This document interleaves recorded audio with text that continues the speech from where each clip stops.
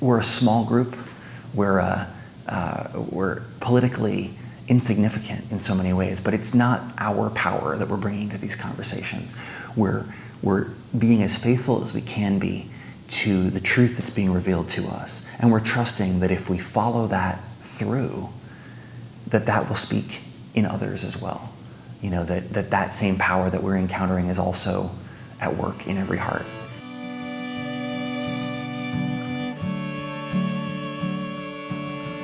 Friends have always been very active in addressing our government and its rule. They have started out in the earliest days having to try and change laws that were affecting them directly. As time went by, a century later, they were among the most active lobbyists to end slavery, active in women's suffrage, in temperance movements, and such. Many places where they were lobbying over the centuries.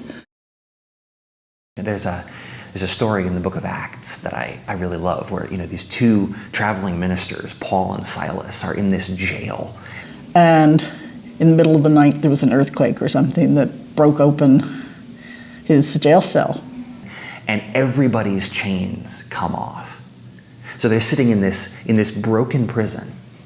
And he could have easily walked away and never been seen again and never had to deal with the consequences. And the jailer comes in and he says, he starts to kill himself because he's afraid. He knows he's going to get executed because his prisoners have escaped. And Paul and Silas call out and say, "Don't harm yourself. We are all still here." He stayed and faced his jailers and said, "No, you guys are doing it wrong. You can't be imprisoning me. You're taking away my rights as a Roman citizen."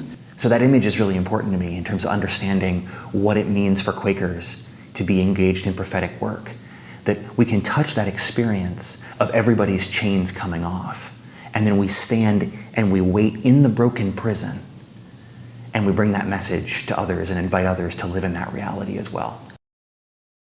Friends have always had this sense that the kingdom of God can be realized here on earth.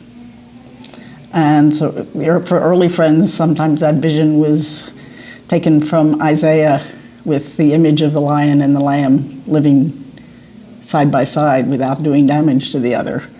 The sense that we can all share this earth together if we treat each other with respect. They really wanted to prick the consciences of the magistrates, the soldiers, whoever was around, and get them to change the laws so other people would not have to suffer. So it was not just about themselves, it was about concern for the whole of the community, and that unjust laws should be changed. So it's not like maybe in some churches where people are looking for a ticket out of this world, or it's not like some places where they're trying to, you know, just benefit themselves or disengage from the connection with the world. The Quaker call to prophetic work is about having that experience of that transforming love and then seeking to live it in the world, in all of our relationships. The systems that we create as people, you know, the systems of government, the systems of power, the way that we distribute resources, are all inhabited by people. And at its most powerful, this prophetic work is about relationships. And so when we reach out to people across a political divide, people can feel that if it's coming from a real place. You know, and getting out of that sense of we're going to force you to do something, but offering that invitation that it could be different, that we could together build a world that is so much more whole, so much more alive than the one that we live in today.